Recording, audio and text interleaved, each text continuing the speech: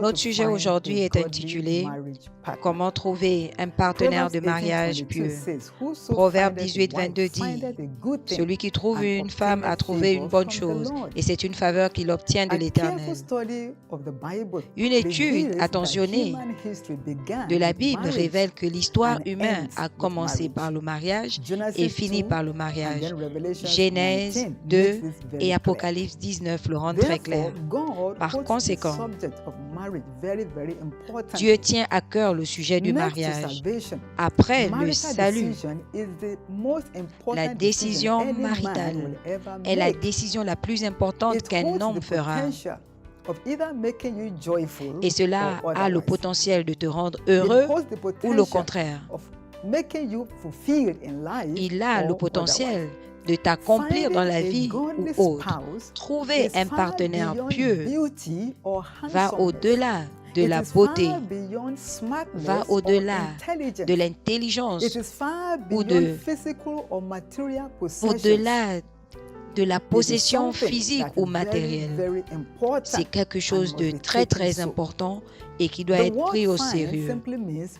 Le mot « trouver » veut dire découvrir après une recherche délibérée, c'est-à-dire réussir à obtenir quelque chose. Par conséquent, une recherche est requise. En d'autres termes, tu dois être en partenariat actif avec Dieu dans cette aventure si tu veux trouver un partenaire de mariage pieux. Par exemple, si tu as besoin d'un emploi, tu pries, oui, mais après la prière, tu ne t'assois pas pour attendre. Tu prépares ton CV, tu prends ton CV que tu déposes à différents endroits. Peut-être que tu auras à passer par des entretiens et d'autres choses. Par conséquent, tu poses des pas sur la direction de ce que tu espères. Un autre exemple. Si tu veux perdre du poids, tu ne regardes pas tout simplement. Tu poses des pas, par exemple. Tu fais attention à ce que tu manges. Tu t'engages dans des exercices physiques. Peut-être même qu'il faut voir un professionnel pour qu'il te conseille. Ainsi, tu poses des pas pratiques en lien avec le désir de ton cœur. Tu fais quelque chose pour produire le résultat désiré. Et c'est la même chose pour trouver un partenaire de mariage pieux. Si tu désires un partenaire de mariage pieux, il y a ce qu'il faut faire. Avec ton style de vie, tu te positionnes avec dignité et classe pour montrer que tu es prêt pour le mariage. Et en le faisant, Dieu intervient pour t'offrir le support nécessaire. Que dois-je faire donc? Tu peux te demander pour trouver un partenaire de mariage pieux. Je vais partager quelques pensées avec toi à ce moment. Premièrement, établis une fondation solide pour ta vie. Psaume 11, 3. Si les fondations sont ébranlées, le juste, que fera-t-il? Donc, pour trouver un partenaire de mariage pieux, commence par toi. Tu dois être pieux. Le salut est la fondation de la réussite, y compris le mariage. Tu dois établir une relation de qualité avec Dieu. Tu dois t'engager à la croissance spirituelle. Lis et médite constamment la parole de Dieu. Colossiens 3,16 nous dit que la parole de Dieu habite richement en toi dans toute la sagesse. Jésus-Christ doit devenir ton premier amour pour que toi, tu sois prête à l'expérience maritale qui va refléter son amour. Sois baptisé du Saint-Esprit avec l'évidence du parler en langue. Étudie les livres, la Bible. Focalise-toi sur Dieu et la bonne personne va te localiser. C'est la même chose. Si tu prétends avoir trouvé quelqu'un, à quel point cette personne est pieuse? Souvenez-vous que c'est dit très clairement que les oiseaux de même plumage volent ensemble. Un partenaire pieux, c'est quelqu'un qui aime Dieu plus que n'importe qui, y compris lui-même et toi-même. Il faut trouver son statut de salut. 2 Corinthiens 6,14, le rend clair. Ne vous associez pas avec des païens. Qu'est-ce qu'un infidèle a à voir avec celui qui croit? À quel point, à quel niveau il est avec Jésus? Est-ce qu'il a des intérêts ou est-ce qu'elle a des intérêts avec des choses de Dieu? Est-ce qu'il est engagé? Est-ce qu'elle est engagée? Est-ce qu'elle a des intérêts avec des choses de Dieu? Est-ce qu'elle étudie? Est-ce qu'il étudie la parole de Dieu? Est-ce qu'il prie? Souvenez-vous, Proverbe 27, 17, le fer aiguise le fer. Pour trouver un partenaire pieux, tu dois être pieux. Et je peux partager avec mon expérience avec vous l'un des facteurs importants qui m'a attiré à mon mari avant qu'on se marie, c'était sa position spirituelle pour Dieu, sa ferveur spirituelle pour Dieu. Tout le monde le connaissait et connaissait sa tenue avec Jésus et qui n'allait jamais compromettre sa foi. Tu peux faire la même chose. Et en le faisant, Dieu va te diriger vers la bonne personne. Deuxièmement, sois engagé productivement dans la vie. Et ça, c'est important. Tout ce que ta main trouve à faire, la Bible dit, fais-le de toutes tes forces. Trouve ton but dans la vie et poursuis passionnément ton but et fais-le productivement. Et je peux te garantir que tu auras 100% de chances de réussir dans le mariage si tu marches dans le plan de Dieu dans ta vie. La vérité, c'est que si tu ne vas nulle part, tu n'auras pas un compagnon de voyage. Tu dois avoir une carrière. Quelle est ta vision? Quel est ton appel? Développe-toi pendant que tu attends. Et ce développement va faire de toi un atout et non pas un fardeau. Bien sûr, ne sois pas trop dur et ne sois pas désespéré, ne sois pas dépressif parce que tu n'as pas encore trouvé un partenaire de mariage pieux. Si tu n'as rien, tu n'auras rien à partager. Donc bâtis-toi spirituellement, bâtis une carrière, bâtis-toi mentalement, lis des livres, prie. Participe à des séminaires, sois volontaire, retourne à l'école par tous les moyens. Occupe-toi productivement. Explore des options pour devenir la meilleure version de toi. Poursuis les désirs que Dieu a mis dans ton cœur naturellement. En d'autres termes, mets ta vie en ordre. Souviens-toi, Adam avait une mission de cultiver et de garder le jardin avant d'entrer dans le mariage. Bien sûr, Genèse 2,15 nous dit, et l'Éternel Dieu prit l'homme qu'il avait créé et le mit dans le jardin pour cultiver et garder. Donc, engage-toi productivement dans quelque chose dans la vie. Toi, femme, l'homme vient te dire, tu es l'étoile de mon firmament. Dieu merci pour ça. Demande-lui, monsieur, tu fais quoi dans la vie? S'il te dit, je suis entrepreneur, c'est important de lui demander quels sont les travaux que tu as effectués avant, à moins que toi tu sois le contrat dont il cherche, qu'il recherche plutôt. Et pour toi, homme, tu trouves une femme qui est si paresseuse alors qu'elle est célibataire. Tu dois observer, parce que si elle est paresseuse, célibataire, quand elle va se marier et qu'elle aura des enfants, tu peux avoir une tâche sérieuse à gérer.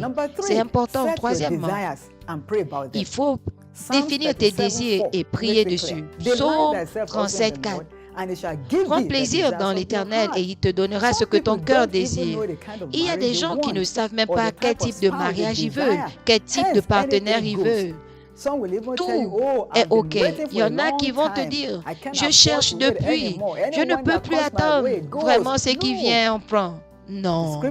Les Écritures disent, Dieu te donnera le désir de ton cœur. Le serviteur de Dieu, l'évêque David Oyedepo, a dit, personne n'arrive à un avenir qu'il ne voit pas. Ta pensée est le portail de ta vie et le centre de ta vie. Si tu désires certains attributs, appel, ministère dans la vie de ton partenaire, Cherche cela dans la prière. Dieu honore le désir de ton cœur. Le serviteur d'Abraham, pendant qu'il cherchait la femme d'Isaac, il avait déjà des spécifications dans la pensée, mais il a également prié. Genèse 24. Il a demandé à Dieu la vitesse et la bonté de son maître. Donc ne soyez pas gouvernés par le physique seulement. Il faut être guidé par les vertus intérieures. Cherchez quelqu'un qui aime Dieu, qui t'aime, qui te respecte. Cherchez quelqu'un qui partage les mêmes valeurs et croit avec toi. Deux personnes ayant un intérêt commun marchent facilement ensemble. Prépare-toi dans la prière. Le spirituel contrôle le physique. Commence à prier pour ton mariage assez tôt, même avant d'être prêt pour le mariage. Prie pour tous les aspects. Rien n'est trop petit, rien n'est trop grand comme sujet de prière. Et jeune dame, si un homme ne se met pas à genoux pour prier Dieu, il ne mérite pas de se mettre à genoux devant toi avec une bague devant toi. Ça ne marchera pas. Une parole est assez pour le sage. Quatrièmement, et très important, sois actif dans le service du royaume. Matthieu 6,33 cherche premièrement le royaume de Dieu et toutes ces choses te seront données par-dessus. Être activement engagé dans le service à Dieu est un moyen sûr de trouver un partenaire pieux. Mais en servant, focalise-toi sur Dieu, non pas en cherchant un partenaire. Ne va pas dans un groupe de service, peut-être à l'accueil ou le protocole, parce que tu cherches un partenaire de mariage. Le grand homme de Dieu, Kenneth E. Hagin, Seigneur, a partagé comment à Réma, les gens, les étudiants sont venus à l'Institut biblique et au processus, plusieurs ont trouvé leur partenaire de mariage. Ça marche comme ça. Ils ne sont pas allés avec l'intention de trouver un partenaire de mariage, mais à la fin de la journée, ils l'ont trouvé. Donc c'est très important, comme servant Dieu, d'être focalisé sur lui et non sur tes besoins. Le service peut être dans la poursuite du but de Dieu dans ta vie ou dans le service. Et mon mari m'a trouvé quand il allait à un endroit où il devait prêcher. Et le service vient avec des bénédictions qui comprend l'établissement marital. Billy Graham et sa femme Ruth, ils ont eu un mariage de 63 ans. Et quand ils se sont rencontrés, le mari dit qu'il est tombé amoureux. Et leur expérience a été grande dans le mariage. Ton témoignage sera plus grand au nom de Jésus-Christ. Boaz a trouvé Ruth dans le service. Ruth 2. Rebecca a été trouvée dans le service, Genèse 24. Plusieurs personnes ont partagé des témoignages, ont rendu ministère pendant les évangélisations à leurs partenaires. Il y a une sœur qui a invité une autre sœur pour un service d'établissement marital. Et surnaturellement, son invité et elle se sont connectés à leur partenaire en 24 heures. Dieu produit des miracles aujourd'hui. Je prie pour toute personne qui croit en Dieu pour un partenaire de mariage pieux. Maintenant, peu importe ta situation, peu importe tes expériences négatives passées, je déclare une bonne vitesse pour toi aujourd'hui. Cinquièmement, maintiens des standards pieux. En tant que chrétien, tu dois te comporter d'une certaine façon. Ne compromets pas ton état et ta foi pour ne pas perdre la place de Dieu. Et plus important, ne force pas une relation, car deux ne marchent pas ensemble s'ils ne sont pas en accord. Tu dois attirer ton genre, ton espèce, soit au bon endroit, au bon moment. Parce que tu ne peux pas chercher un partenaire pieux dans un endroit impie, soit parmi tes gens. Développe ton caractère, développe tes compétences, bâtis-toi, permets de bonnes compagnies et Dieu va diriger tes pas. Travaille sur ton système de mariage, ton attitude et ton comportement devient important.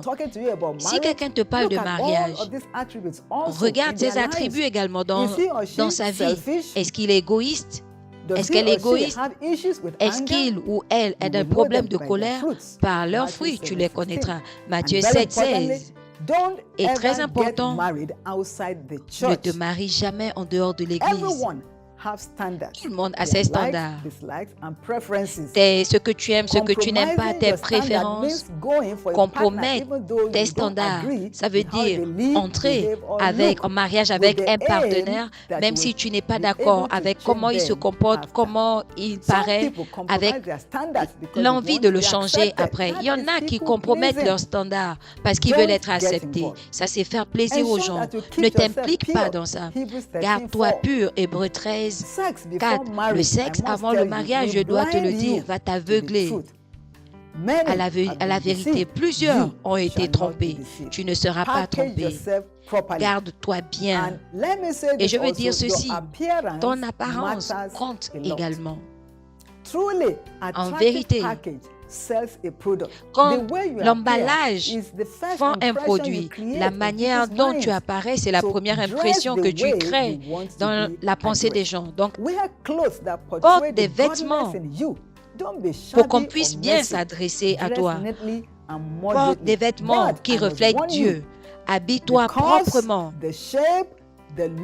Que ce soit les formes, l'apparence, la beauté de cet individu ne restera pas toujours comme ça pour toujours. Les changements arriveront avec le temps. Et je partage toujours avec les gens en rigolant, en disant la manière que je suis aujourd'hui ou que je parais, c'est pas comme ça que j'étais avant. Si tu vois ma photo avant, tu verras que la différence est claire. Donc, travaille sur toi et ne donne pas la place au diable. J'entends les gens dire, tu veux épouser une femme, regarde sa mère maintenant. C'est comme ça qu'elle sera quand elle aura l'âge de sa mère. Tu veux épouser un jeune homme, regarde son père. C'est comme ça qu'il sera quand il aura l'âge de son père. Donc, laisse Dieu te conduire. Et enfin, irradie la joie de Christ et sois hospitalier parce que la joie de Christ en toi te rend attirante. Ne sois pas anxieuse. Il faut que tu aies un bon sens d'humour. Sois contente, sois joyeuse. La vérité est, quand tu as un visage renfrogné, tu vas rallonger ta période d'attente. La joie attire les bonnes choses, y compris le mariage. Résiste à toute forme de dépression. Parce que personne ne veut se marier à une personne en dépression. La dépression te rend inattrayante. Donc, il faut que tu cultives une attitude de gratitude. Sois reconnaissante pour ta présence, ta situation actuelle. C'est le moyen d'ouvrir ta porte maritale. Et je peux te le dire très clairement, l'une des choses qui m'a attiré également à mon mari, c'est le fait qu'il était toujours un homme d'humour. Tu ne peux pas être autour de lui sans rire, sans sourire, sans être content. Donc, tu dois garder des amis pieux. Traite les autres la manière dont tu aimerais qu'on te traite.